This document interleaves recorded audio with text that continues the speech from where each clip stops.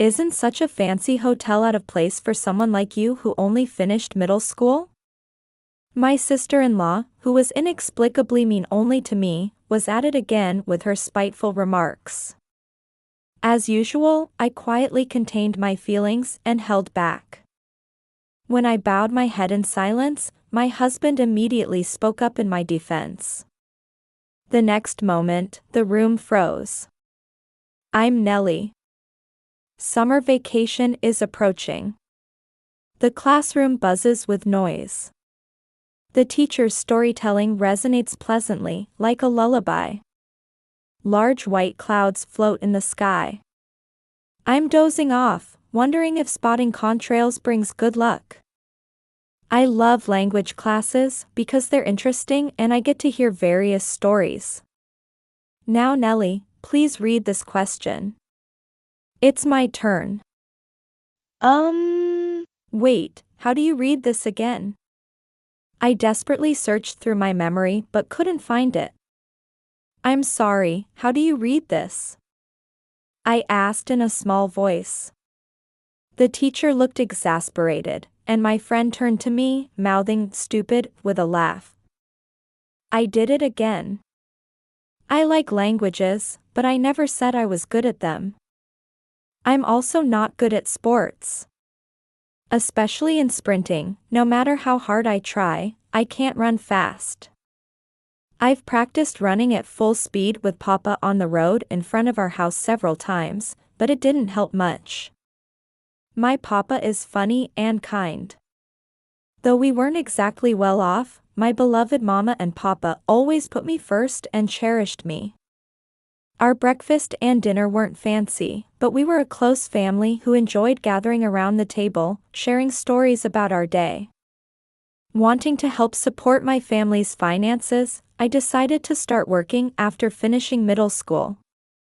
When the magnolias were in full bloom, I proudly became a working adult.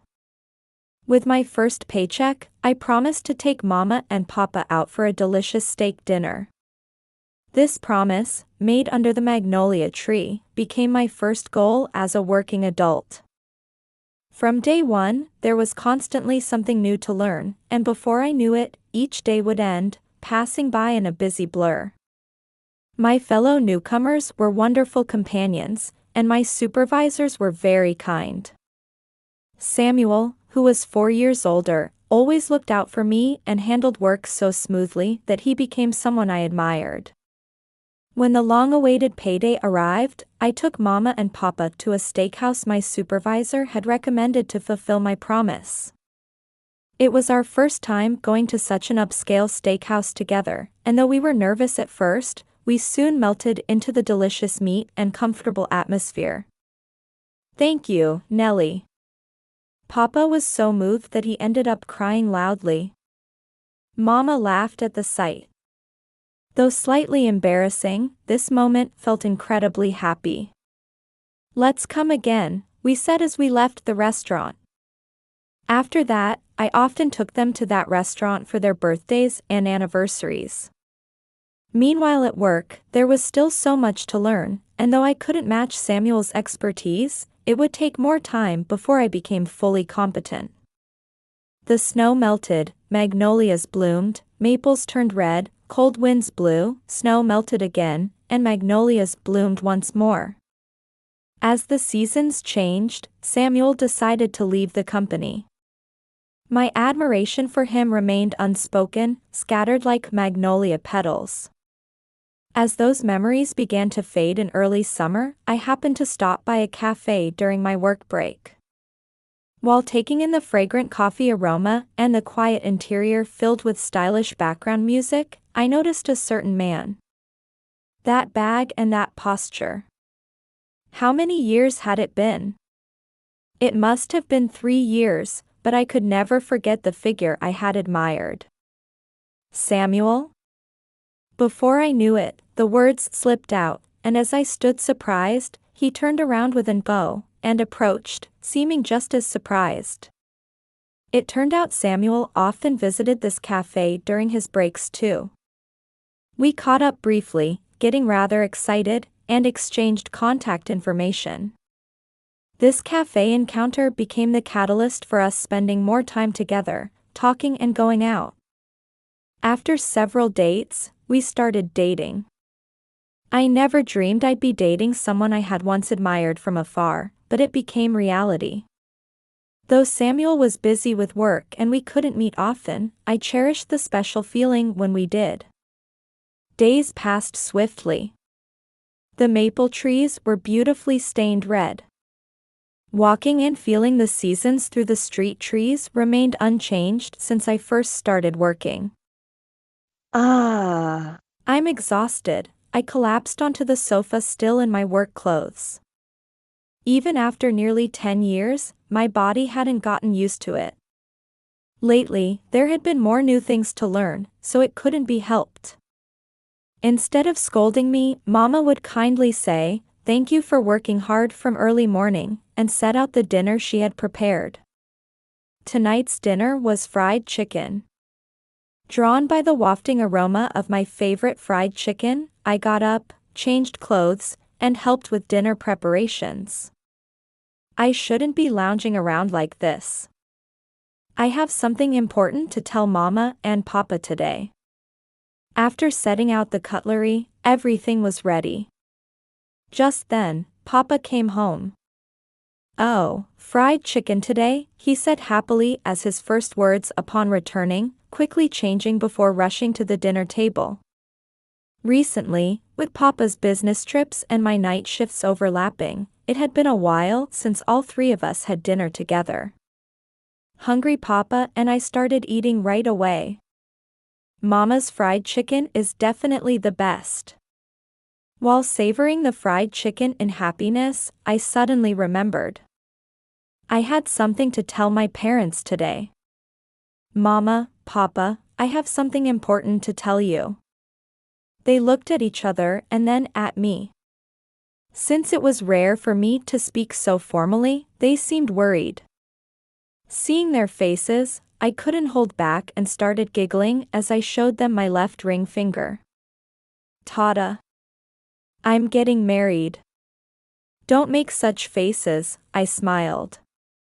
Their faces immediately relaxed, and Papa began his barrage of questions. "Who is he? Where's he from? What kind of person is he? How long have you been dating? Did Mama know? Was Papa the only one left out? Oh, my Nelly," he wailed loudly. It was just as I expected. Since I had already told Mama about him, she was genuinely happy, saying how wonderful it was. Next to her, Papa was being so noisy that Mama and I had to calm him down. Yes, sorry for keeping it secret. Papa won't forgive this." Despite saying such things, Papa also looked very relieved. Soon after, preparations for moving began. "All right, this is everything." I closed the last cardboard box and stacked it at the edge. The packed boxes totaled 10, fewer than I had expected. While working, we found my middle school album and diary. We looked through them, laughed heartily, and reminisced. Getting sidetracked is part of any major cleaning. Mama found my old stuffed animal. She gazed at it nostalgically and packed it into a box, telling me to take it with me. As we chatted about old times while packing, the room quickly became empty. Mama was a bit worried about me living with my husband's family right after leaving home. After all, I had grown up without ever practicing cooking. "It'll be fine, Samuel is kind. It's a bit lonely that he's not home much, but I'll manage somehow," I replied cheerfully. Not knowing what was to come. "I told you not to put that there." It was Samuel's sister, Etta. Since I arrived, Etta had been consistently cold and harsh with her words. For some reason, she didn't treat anyone else this way. Thinking the cause must be my own inefficiency and inability to do things well, I worked even harder at housework and my job. On my days off, I would visit my parents' home to learn cooking recipes from Mama. She always welcomed me with my favorite fried chicken.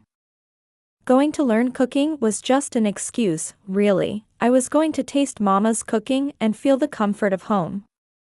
How's your new home? Are you managing all right? I'm worried, she would say with such genuine concern that I found myself lying. Everyone's kind, and they even compliment my cooking, I'd say. In reality, my mother-in-law and father-in-law were very good to me. Recently, my mother-in-law even taught me her specialty dishes. They also gave me advice about housework, and I tried various approaches to figure out how to handle household chores efficiently. Meanwhile, Etta continued to find fault with everything I did and attack me with cold words. Each day was spent trying to deflect these somehow. But my daily efforts weren't in vain, as I became capable enough at housework to earn praise from my father-in-law, mother-in-law, and Samuel. When I served the new potato salad recipe I learned from my mother-in-law, it was a huge hit with my father-in-law and Samuel. However, Etta's attitude didn't change at all. If anything, her choice of words and expressions had become stronger, seeming to escalate from how they were at first. One day, as I was getting dressed to go out, the door suddenly opened. "Please knock," I exclaimed sharply, startled. But Etta paid no attention and deliberately pushed work onto me. Though quite irritated, I still finished the assigned tasks. As I was fixing my appearance at the entrance, ready to leave quickly, she came all the way there to say, "Where are you going in such cheap clothes?" I felt terrible and wanted to talk back. Suppressing those feelings, I managed a polite smile and left the house, judging that arguing would only make things complicated later. But it was my favorite outfit. Even when I try my best, hearing such things makes me want to give up. When the criticism extends beyond housework and work to unrelated matters, it really takes a toll on my mental health. I was reaching my limit. I wanted to talk to Samuel about it, but he comes home tired from work every day, and I didn't want to worry him unnecessarily. Right now, I wanted him to focus on his work. I just silently waited for time to pass. Around the time I was getting used to my sister-in-law's coldness, Samuel proposed having a wedding ceremony. I was so happy that before I knew it, something was running down my cheeks. I was confused by my own sudden tears. Seeing me like this, Samuel gently embraced me, saying, "Sorry for making you wait." Once that was decided, everything moved quickly. We planned to go choose the dress and venue on the weekend, and while I was excited, it was short-lived. For some reason, my sister-in-law came along that day and kept rejecting everything I suggested. My dream wedding dress. I chose a fluffy white princess line dress that made me feel elevated just by itself. Samuel was smiling, saying it suited me, so we decided quickly. It was really lucky that Etta happened to be in the bathroom at that time. Samuel chose the venue. Of course, I agreed, but Etta wouldn't stay quiet. "Isn't such a fancy hotel out of place for Nellie, even if it suits Samuel?" she said spitefully. "After all, she's just a middle school graduate who grew up poor, right? She's not on our level," she continued mockingly. Here we go again. I must endure, I thought, bowing my head in silence, when Samuel immediately spoke up. "Hey, Etta. That's no way to talk. Besides, this is Nellie's hotel. Education and upbringing don't matter." The room froze. Etta stood there, unable to process the situation. I nervously opened my mouth. I'm actually the manager of this hotel." I explained how I had worked continuously since graduating middle school, and through recognition of my dedicated work, had become the manager. Though it was embarrassing to talk about myself, I was able to do so because Samuel was there beside me with a serious expression. Looking at Etta, I saw her make a very frustrated face before trying to run away. Samuel caught her arm. "Etta, wait. What's with that attitude?" Samuel quietly questioned her. "Has it been like this all along? Why do you treat Nellie this way?"